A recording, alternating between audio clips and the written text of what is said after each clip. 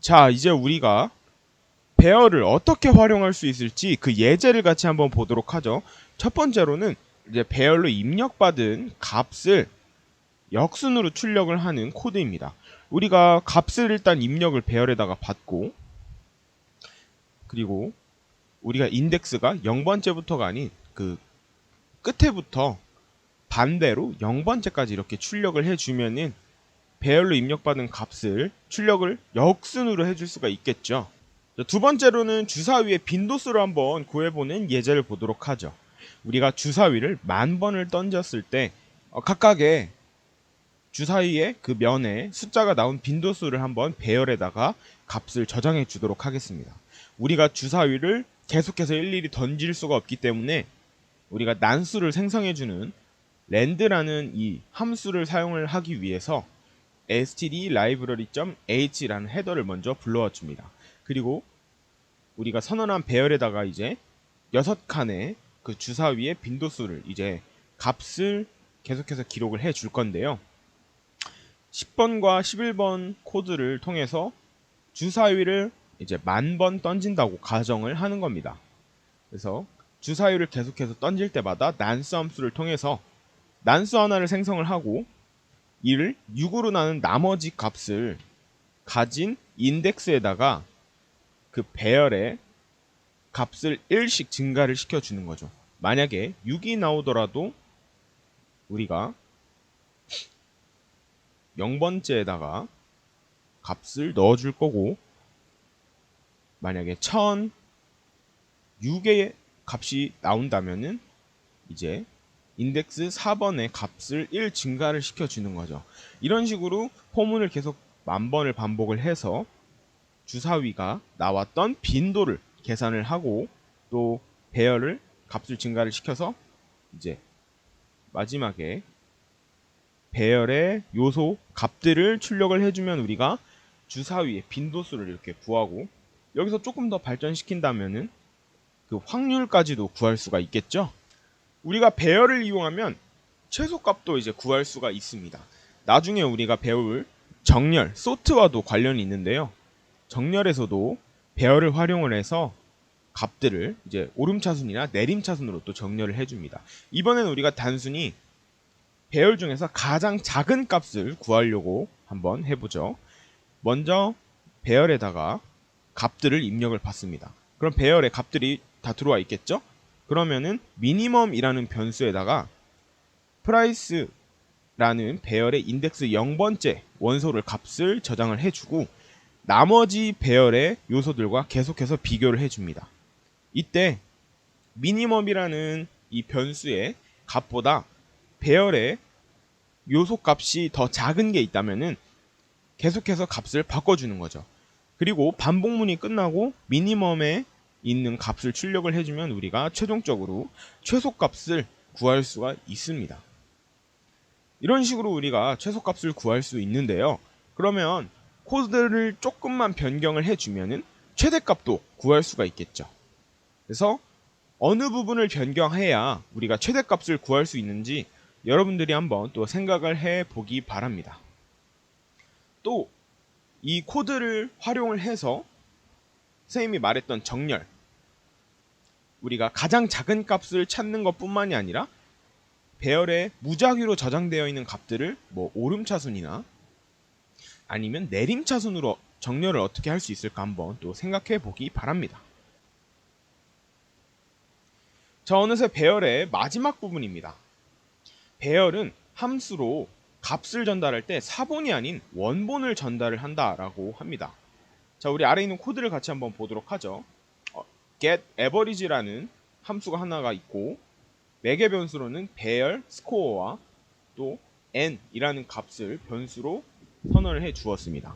그리고 메인 함수를 보도록 할까요? 메인 함수에 보면 이제 getAverage 해서 이 함수를 호출을 하는데 여기 위에서 선언을 해 주었던 스코어라는 배열을 이렇게 적어 주었습니다.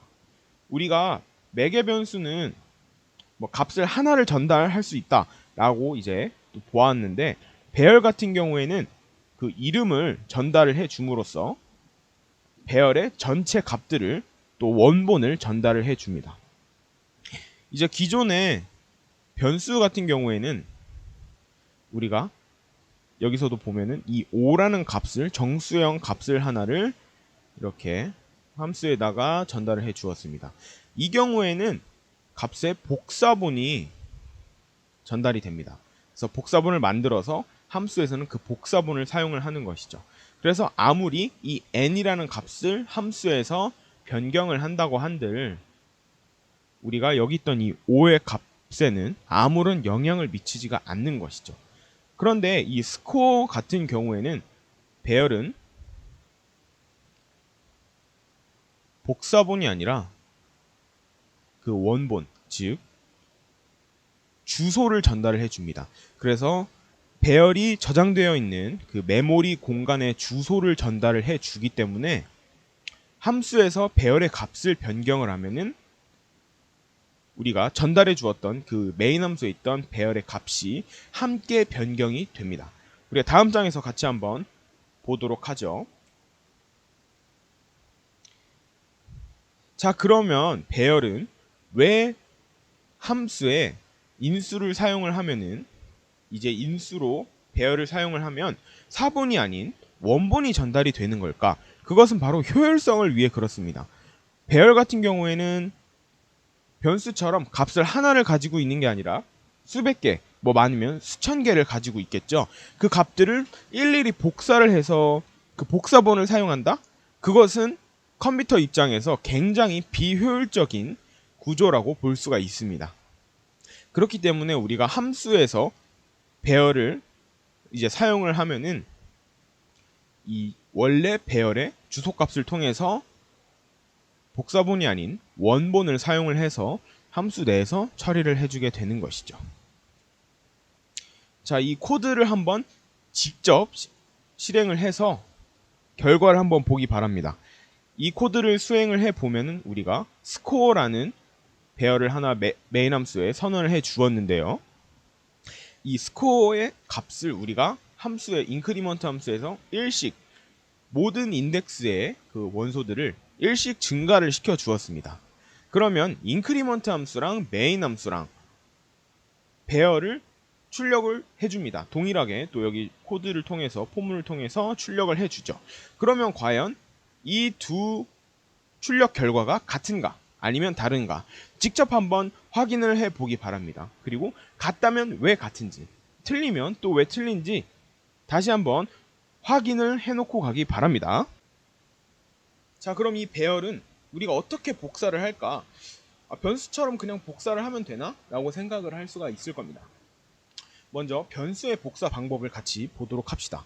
이 변수 같은 경우에는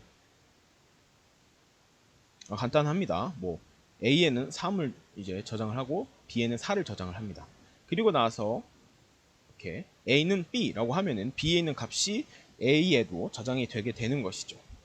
그러나 이 배열 같은 경우에도 변수처럼 똑같이 코드를 수행을 하게 되면은 이제 오류가 발생이 됩니다. 배열의 이름을 이제 우리가 다른 배열에다가 대입을 한다고 해도 이것이 복사가 되지 않습니다. 그 이유는 C 언어에서 배열의 이름은 배열의 시작 주소를 가리킵니다. 즉, 그 전체의 값을 가지는 게 아니라 시작 주소만을 가지고 있기 때문에 B는 A라고 이렇게 변수처럼 대입을 한다고 해도 값을 복사할 수가 없습니다. 자, 그러면 배열은 어떻게 복사를 할 수 있을까? 배열을 복사를 하려면 각각의 원소, 즉 각각의 인덱스에 맞는 원소들을 포문으로 하나씩 복사를 해줘야 됩니다. 그래서 여기 보이는 것처럼 5개의 원소를 이제 복사를 하려면 B의 인덱스 i는 A의 인덱스 i 이런 식으로 코드를 구성을 해주어야 합니다. 우리가 이전까지 사용한 배열들은 1차원 배열에 해당합니다. 이번에는 2차원 배열을 한번 보도록 하죠. 2차원 배열은 1차원 배열과 크게 다를 바가 없습니다. 이제 2차원 배열 같은 경우에는 1차원 배열 안에 다시 1차원 배열을 넣은 것과 그 구조가 동일합니다. 우리가 1차원 배열은 이렇게 직선적으로 이렇게 표현을 했다면 우리가 1차원 배열이 너무나 길어진다면 우리가 시각적으로나 우리가 데이터를 또 처리를 하는 데 있어서 굉장히 불편하겠죠. 그래서 우리가 칸을 나누어서 행렬처럼 표현을 하는 겁니다. 이렇게 층을 나누듯이 이렇게 행을 나누어서 1차원이 아닌 2차원으로 표현을 하는 것이죠. 클래스라는 이름에 우리가 20칸짜리 배열을 이제 선언을 하고 싶다면 여기서는 4 곱하기 5로 총 20칸을 구성을 해 주었습니다.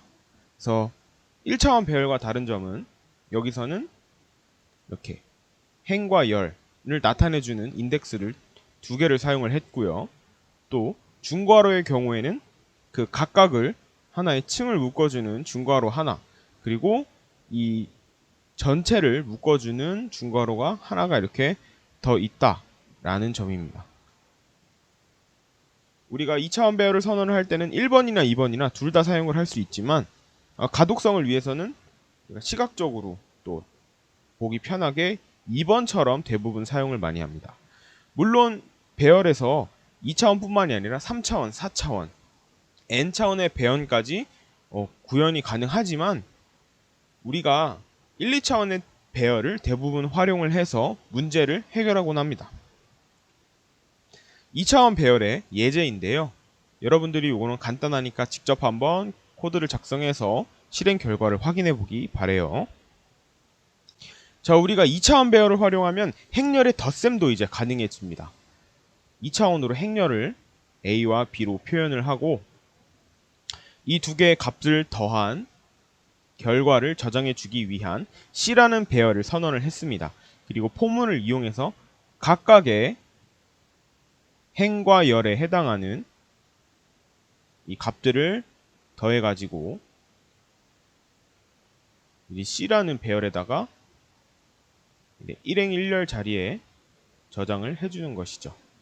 이렇게 3 그리고 3 0 9 9 1 이런 식으로 이렇게 C에다가 저장을 해주는 것이죠. 그리고 나서 이렇게 행렬을 출력을 해주면은 행렬의 덧셈이 완료가 됩니다.